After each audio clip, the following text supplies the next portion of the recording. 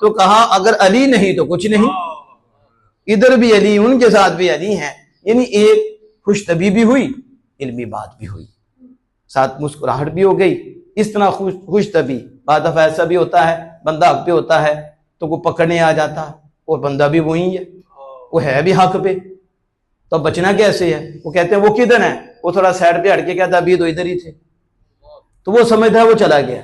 लेकिन ये क्या मुराद ले रहा है, अभी उधर थे अभी इधर हूं, बस इस अंदाज से जो है वो बच गया।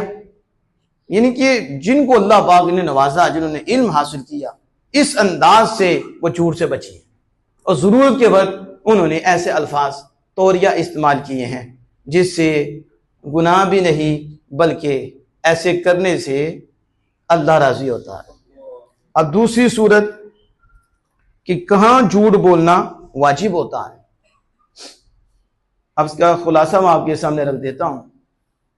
झूठ बोलना किसी की जान बचाने के लिए और किसी की इज्जत बचाने के लिए, किसी का माल बचाने के लिए झूठ बोलना वाजिब होता है, और अपनी इज्जत, अपनी जान, अपना माल बचाने के लिए झूठ बोलना जायज होता है। ये हमेशा अपने ज़हन में रखना। ये मैं एक खुलासा दे रहा हूं कि इसके पीछे हदीस मुबारक वो भी मिलेंगी, इसके साथ फुक़हा इकराम की गुफ्तगू, उसका खुलासा यही है। एक नेक मकसद है, वो झूठ से भी हासिल हो सकता है और वो सच से भी हासिल हो सकता है। मकसद नेक है, यहां झूठ बोलना हराम है, यहां उसे सच ही बोलना पड़ेगा, क्योंकि सच से भी वो हासिल हो सकता है, झूठ से भी हासिल हो सकता है। इसलिए यहां झूठ बोलने की उसको इजाजत नहीं है, यहां झूठ बोलना हराम है। और दूसरी तरफ मकसद नेक है लेकिन मुबाह है, वो जरूरी नहीं, सच से भी, वो सच से ही हासिल हो सकता है। ठीक है, तो फिर वो क्या करे, वहां सच बोले। मकसद उसका नेक है लेकिन सच से हासिल नहीं होता, झूठ से हासिल होता है। अब उसमें यह सूरत है कि भाई है, उसको जालिम कत्ल कर रहा है और ये उसको झूठ बोल के बचा सकता है। अब शरीयत कहती है अब तुम पे झूठ बोलना वाजिब और जरूरी है, उसकी जान बचाओ। इसी तरह उसके पास अमानत है और वो अमानत गस्ब कर लेगा, तो अब इस सूरत में भी, क्योंकि ये किसी की है, इस पर भी झूठ बोलना वाजिब है कि ये झूठ बोलकर उसका माल बचा लेगा। इसी तरह इज्जत की बात होगी कि उसकी इज्जत पे उसने हमला करना, तो अब ये उस पर झूठ बोलकर बचा सकता है, तो ये कहती है झूठ बोलना वाजिब है कि भाई की इज्जत बचाना वाजिब है, बहन की इज्जत बचाना वाजिब है, तो अब इसको झूठ बोलना वाजिब होगा। मियाँ बीवी लड़ पड़े हैं, इनकी सुलह करानी है तो झूठ बोलना जायज। दो मुसलमान लड़ पड़े हैं, इनकी सुलह करानी है तो इनके अंदर झूठ बोलना, उधर कुछ बताना उधर कुछ, ताकि ये मिल जाए। शरीयत तो ये कहती है, यहाँ आग लगाने वाले ज्यादा हैं, मिलाने वाले थोड़े हैं, और झूठ बोल के आग लगाते हैं। यहां तो कहा झूठ बोल के मिलाओ इनको आपस में, उन्हें भी कहो वो तुम्हारे मुतालिक अच्छी बातें कर रहा था, उन्हें भी कहो तुम्हारे मुतालिक अच्छी बातें कर रहा था, इस तरह उन दोनों को जोड़ दो। शरीयत तो कहती है जोड़ो, लेकिन जहां जोड़ना है वहां जोड़ो। फितना सारे वो आगे फिर आकर चैप्टर है उसका कि वो जोड़ने के लिए भी इल्म चाहिए।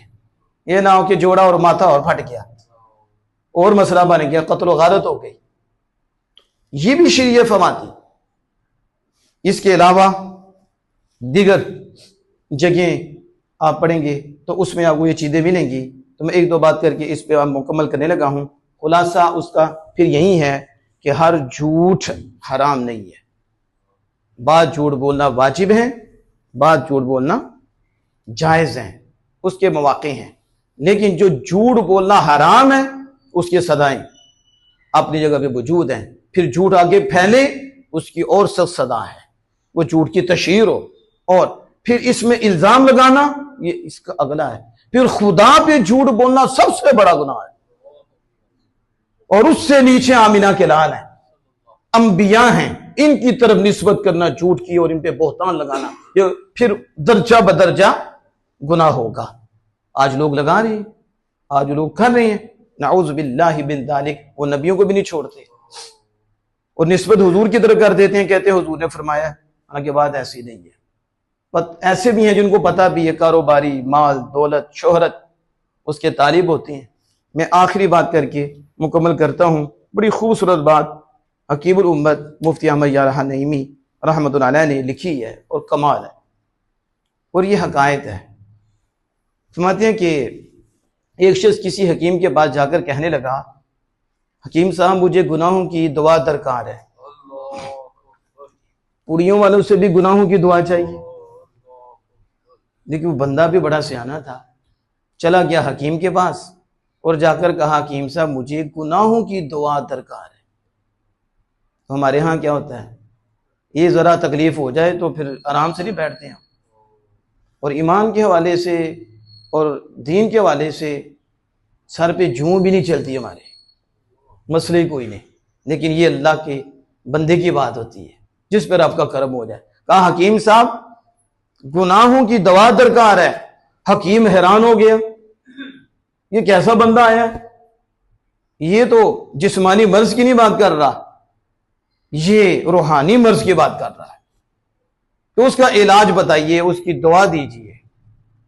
हकीम का जो कंपाउंडर था वो अल्लाह वाला था, वो बंदे खुदा था। उसने उसे कहा कि तौबा के पत्ते और शुक्र के फूल, तौबा के पत्ते, शुक्र के फूल, इबादत के बीज, रियाजत की जड़ें, हम वजन ले ले। कितने? हकीम कहते हैं ना वजन बराबर होए सालियां दा, का हम वजन ले ले और मुजाहिदे के खर्ल में उसे कूट ले। मुजाहिदे के खर्ल में इन चाजों को कूट ले और आंखों की तरी से इसे तर कर ले और सब्र की आग पे जला, सब्र की और इखलास की चीनी से इसे मीठा कर ले और दिल की आहों से ठंडा कर ले, इंशाअल्लाह शिफा पा जाएगा। उसने कहा परहेज क्या है? ये तो आपने अभी दवाई दी है मुझे। देखो पूछने वाला भी कैसा, असली कहना कि डॉक्टर साहब बस दवाई दो, परहेज का ना नहीं लेना, चीनी ऐसी खुली खानी है, शुगर भाए 500 चले ना, दवाई भी खानी है, वो भी इंसुलिन भी लगानी है, परहेज। उसने जब ये सुना कि दवाई तो बता दी है, आगे परहेज क्या है? का परहेज ये है कि तेरा दिल गैर से खाली हो। परहेज क्या है? तेरे दिल में रब ही रहे, तेरे दिल में खुदा का ख्याल रहे। और क्या उसने आगे कहा ताकि अल्लाह की तजल्ली तेरे दिल पे वारिद हो, अल्लाह का जलवा तेरे दिल पे आए। और उसने कहा कि उसकी गुजरगाह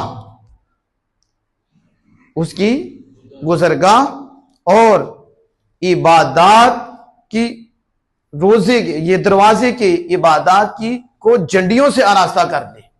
ये दरवाजे को इबादत की झंडियों से, यानी जिधर से वो गुजरना है और वो दरवाजा है उसको इबादत की झंडियों से खूबसूरत कर ले। और साथ ही फरमाया कि गुनाह की गर्द और आलूदगी से उसे साफ कर दे, ताकि ये रास्ता यार के आने जाने के काबिल हो जाए। परहेज होगी तो यार के आने जाने के काबिल होगा। कहा तो एक गुजरगाह और इबादत, वो दरवाजे से तशबीह दी, दरवाजे को जिधर से यार ने गुजरना है उसे इबादत की झंडियों से सजा, उसे रोशन कर, और जो गर्द पड़ी है गुनाह की उसे साफ कर दे, ताकि तेरा दिल इस काबिल हो जाए और रास्ता इस काबिल हो जाए कि तेरा यार वहां जलवा अफरोज हो और वो जलवा फरमाए।